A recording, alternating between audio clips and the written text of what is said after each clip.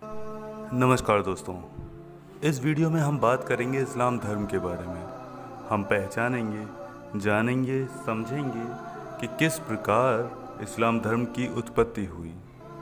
अगर आप इस्लाम धर्म से वाकिफ़ नहीं हैं, उसके बारे में कोई आपको जानकारी नहीं है, तो इस वीडियो को शुरू से लेकर अंत तक देखें। आपको पूरी जानकारी मिलेगी इस्लाम धर्म के बारे में। तो आइए शुरू करते हैं इस वीडियो को। दोस्तों, हम सभी जानते हैं इस्लाम एक धर्म है जिसे एकेश्वरवाद धर्म माना जाता है, अर्थात importance is given only one God, जिसमें केवल एक ही ईश्वर को महत्व दिया जाता है और उस एक ईश्वर को अरबी भाषा में हम अल्लाह कहते हैं और फारसी भाषा में कहा जाता है खुदा। और इस्लाम धर्म के अनुसार यह माना जाता है कि अल्लाह एक है और उसके जैसा दूसरा कोई नहीं, वह सर्वोच्च है, ही इज़ सुपीरियर। अगर आप उसे इमेजिन करने की कोशिश भी करते हैं तो आप उसे इमेजिन ही नहीं कर पाएंगे। वो हमारे इमेजिनेशन से परे है, क्योंकि अल्लाह को हम इमेजिन ही नहीं कर सकते। इसलिए उसकी ना ही तो कोई मूर्ति होती है और ना ही तो उसका कोई नाक नक्शा या सूरत ही होती है। इसलिए जब उसकी सूरत ही नहीं है तो उसकी मूर्ति भी नहीं बन सकती। यही वजह है कि इस्लाम धर्म में मूर्ति पूजन को पूरी तरह से हराम माना गया है, पूरी तरह से प्रोहिबिटेड है या प्रतिबंधित है। अगर इस्लाम धर्म में मूर्ति पूजा पूरी तरह से प्रतिबंधित है तो इसको चलाया जाता है इसके 5 स्तंभ के द्वारा, इसको फॉलो किया जाता है इसके 5 स्तंभ के द्वारा, 5 पिलर्स के द्वारा। इस्लाम धर्म में 5 पिलर्स होते हैं, 5 स्तंभ होते हैं, जिनमें पहला है कलमा।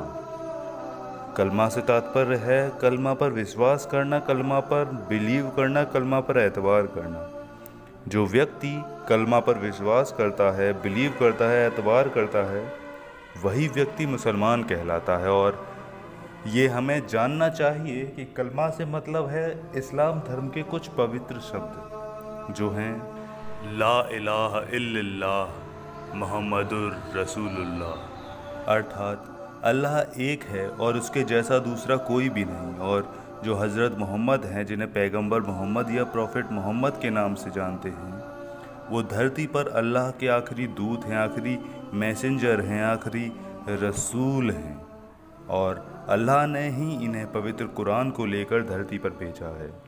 और जो व्यक्ति बिना प्रश्न किए, बिना सवाल किए, बिना क्वेश्चन किए कलमा पर एतबार करता है, बिलीव करता है, वही मुस्लिम कहलाता है। और जो व्यक्ति कलमा पर बिलीव नहीं करता वो गैर मुसलमान कहलाया जाता है, जिसका मतलब है कि काफिर कहलाया जाता है। जो व्यक्ति कलमा पर बिलीव नहीं करता वो काफिर कहलाया जाता है।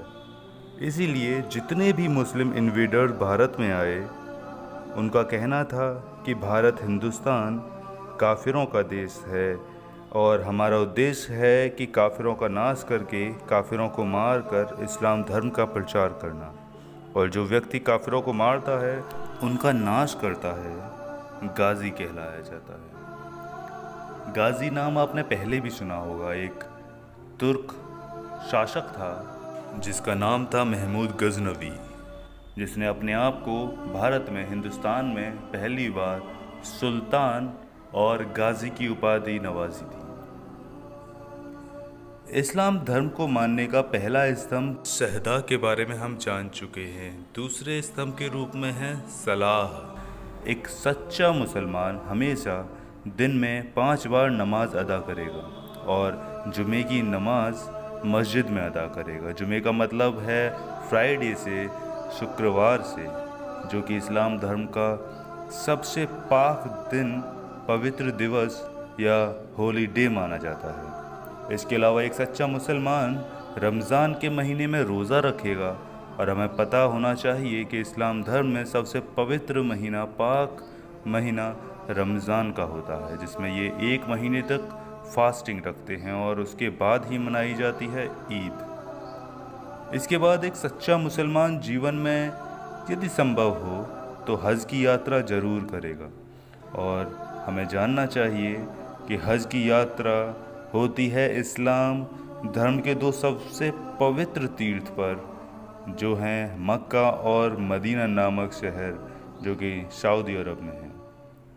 इसके अलावा एक सच्चा मुसलमान जीवन में ज़कात देगा, अर्थात मुसलमान अपने एक साल की इनकम का 2.5% या 1/40वां भाग हमेशा दान करेगा। दान से मतलब है गुप्त दान से, उसका कोई प्रचार नहीं होगा, उसकी कोई पॉपुलैरिटी नहीं होगी।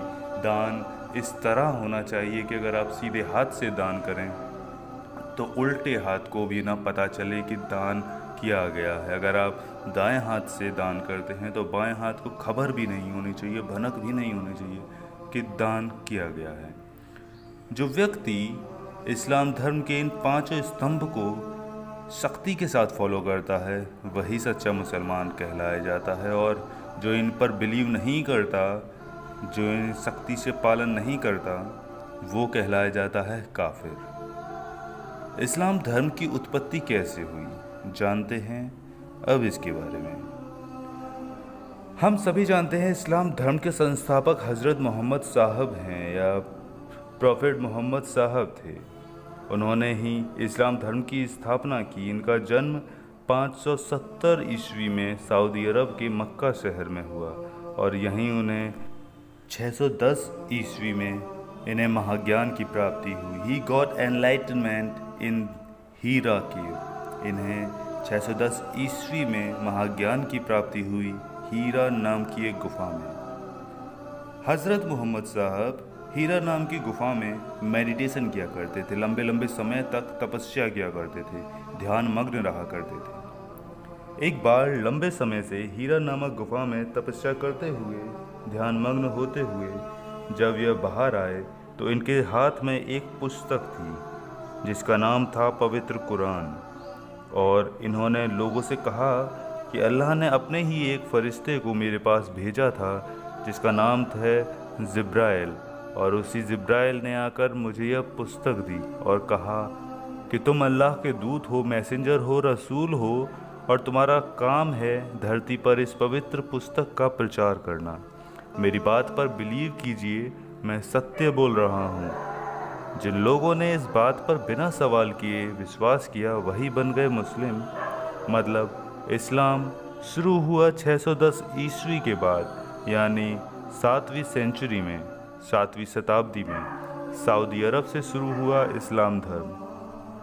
इसके बाद हज़रत मोहम्मद साहब ने अपने उपदेश देने शुरू किए, लोग इन्हें फॉलो करने लगे, और जब इनकी पॉपुलैरिटी काफ़ी बढ़ने लगी तो यहूदियों और ईसाइयों को इनसे इनसिक्योरिटी फील होने लगी, इनसे इनसिक्योरिटी होने लगी। इसलिए उन्होंने इन्हें मक्का से हमेशा के लिए निकाल दिया, और 622 ईस्वी में हज़रत मोहम्मद साहब हमेशा के लिए मक्का शहर छोड़कर मदीना आ गए। मक्का छोड़कर मदीना जाने की जो यात्रा थी इसे ही इस्लाम धर्म में हिजारत कहा गया है, और जिस साल हज़रत मोहम्मद साहब मक्का छोड़कर गए हैं इसी साल शुरू हुआ इस्लामिक कैलेंडर, जो चलता है हिजरी संवत से। मतलब 622 को ही हिजरत संवत माना जाता है। इसके बाद हज़रत मोहम्मद साहब हमेशा मदीना में ही रहे और मदीना में ही रहकर इस्लाम धर्म का प्रचार किया, और हज़रत मोहम्मद साहब की मृत्यु भी मदीना में हुई। वर्ष था 632 ईस्वी। हज़रत मोहम्मद साहब की मृत्यु के बाद सबसे पहला सवाल यही उठा कि उनका उत्तराधिकारी कौन बनेगा। हज़रत मोहम्मद साहब के दामाद हुआ करते थे जो इनके सबसे पहले शिष्य भी थे। इनका नाम था अली, और हज़रत मोहम्मद साहब के देहांत के बाद अली को ही इनके उत्तराधिकारी होने का सबसे बड़ा दावेदार माना जाने लगा, क्योंकि ये दामाद थे और सबसे पहले शिष्य भी थे। परंतु हज़रत मोहम्मद साहब के बाद उनके पहले उत्तराधिकारी अली को नहीं बल्कि हज़रत मोहम्मद साहब के एक और शिष्य हुआ करते थे जिनका नाम था अबू बकर, उनको बना दिया गया। हज़रत मोहम्मद साहब के उत्तराधिकारियों को इस्लाम धर्म में खलीफा कहा जाता है। आप गौर करें कि हज़रत मोहम्मद साहब के जो उत्तराधिकारी हुआ करते थे उनको इस्लाम धर्म में खलीफा कहा जाता था। तात्पर्य यह है कि हज़रत मोहम्मद साहब के बाद उनके पहले खलीफा बने अबू बकर, दूसरे बने उमर, तीसरे बने उस्मान और चौथे नंबर पर बने अली। हज़रत मोहम्मद साहब के दामाद और हज़रत मोहम्मद साहब की मृत्यु के लगभग 50 वर्ष के अंदर ही इस्लाम धर्म में उनके 4 खलीफा आ गए। लेकिन जब अली 4 नंबर पर खलीफा बने तो एक विवाद हो गया। टोटल मुस्लिम्स में से 15 से 20% लोगों ने कहा कि हमारे लिए तो अली ही सबसे पहले खलीफा हैं और हम अली को ही फॉलो करेंगे, अली को ही पहला खलीफा मानेंगे। लेकिन 80 से 85% लोगों का मानना था कि अबू बकर हैं पहले खलीफे और उनके बाद खलीफा हैं उमर, फिर उस्मान, फिर हैं अली। बस इसी विवाद के कारण मुस्लिम्स 2 भागों में बट गए। उनमें 2 कम्युनिटीज़ बन गईं। जिन 15 से 20% मुसलमानों ने अली को पहला खलीफा माना वो कहलाए शिया मुस्लिम्स, और जिन 80 से 85 मुसलमानों ने अबू बकर को पहला खलीफा माना वे कहलाए सुन्नी मुस्लिम्स। और इस्लाम धर्म विभाजित हो गया शिया और सुन्नी में। लेकिन इसके बाद एक ऐसी घटना घटी जिसके बाद ये एक दूसरे के खून के प्यासे हो गए, शिया और सुन्नी, और इन दोनों के बीच में कट्टर दुश्मनी शुरू हो गई। अली के ही एक बेटे हुआ करते थे जिनका नाम था हुसैन, और अली के बाद यह हुसैन ही थे जिनको खलीफा बनने का सबसे बड़ा दावेदार माना जाता था। लेकिन बगदाद का एक शासक हुआ करता था जिसका नाम था अब्बासी। ये नहीं चाहता था कि हुसैन ही अगला खलीफा बने, और वो चाहता था कि वो स्वयं मतलब अब्बासी चाहता था कि अब्बासी ही अगले खलीफा बने। इसलिए उस बगदाद के शासक अब्बासी ने शियाओं के पास एक संदेश भिजवाया और उनसे कहा कि आप हुसैन को मेरे पास भेजिए, मुझे हुसैन से कुछ वार्ता करनी है, गुफ्तगू करनी है। यही संदेश शियाओं ने हुसैन को दिया और हुसैन अब्बासी से मिलने बगदाद चले गए, और वहीं 680 ईस्वी में बैटल ऑफ करबला हुआ। करबला का युद्ध हुआ जिसमें अब्बासी ने हुसैन की हत्या कर दी। जैसे ही हुसैन की हत्या की खबर सुन्नियों तक पहुंची तो इस बात पर सुन्नी भड़क गए और सुन्नियों ने कहा कि हज़रत मोहम्मद साहब के नवासे हुसैन की हत्या शियाओं की वजह से हुई है।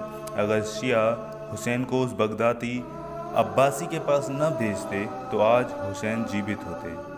शियाओं ने कहा कि हमने कुछ भी इरादतन नहीं किया, हम नहीं जानते थे कि अब्बासी हुसैन की हत्या कर देगा। हुसैन के मरने का दुख हमें भी है, इसलिए हम हर साल मनाते हैं मुहर्रम, और हमें ये जानना चाहिए कि मुहर्रम फेस्टिवल सिर्फ शिया समुदाय के लोग ही मनाते हैं, क्योंकि यह एक मातम दिवस है, एक शोक दिवस है हुसैन की हत्या का। लेकिन सुन्नियों ने कहा कि नहीं, हुसैन की हत्या हुई है सिर्फ और सिर्फ शियाओं की वजह से, और हम कसम खाते हैं कि दुनिया के सारे शियाओं को ख़त्म कर देंगे।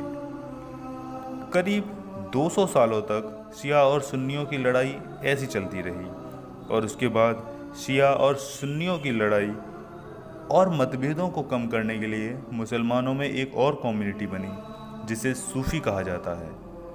सूफियों का कहना था कि हमारे लिए केवल अल्लाह इम्पोर्टेंट है, हमें नहीं मतलब कि पहले खलीफा अली हैं या अबू बकर, ना ही हम अली को पहला खलीफा मानेंगे और ना ही अबू बकर को। हम तो केवल खुदा को मानेंगे और उसी अल्लाह को हम अपना महबूब समझकर उससे मोहब्बत करेंगे। उससे मोहब्बत करना ही उसकी इबादत करना है, और उसकी इबादत करने का सबसे सही तरीका है सूफ़ी म्यूज़िक या सूफ़ी संगीत। इसलिए मित्रों, हम जब दरगाहों, पीरों या मज़ारों पर जाते हैं तो हमें वहाँ हमेशा कव्वालियों या सूफ़ी संगीत होता हुआ मिलता है। वो किसी मनोरंजन के लिए नहीं होता, वो सूफ़ी का इबादत करने का तरीका है। क्योंकि तीनों कम्युनिटीज़ में से सुन्नी ज़्यादा थे, इसलिए इन्हें कहा गया कि जाइए दुनिया में इस्लाम का प्रचार करिए। और इसलिए भारत पर जो पहला मुस्लिम आक्रमण हुआ वो अरब से हुआ, और जिस व्यक्ति ने, जिस शासक ने आक्रमण किया वो शख्स था मोहम्मद बिन कासिम, जो कि अरब के शासक अल हज्जाज का सेनापति था।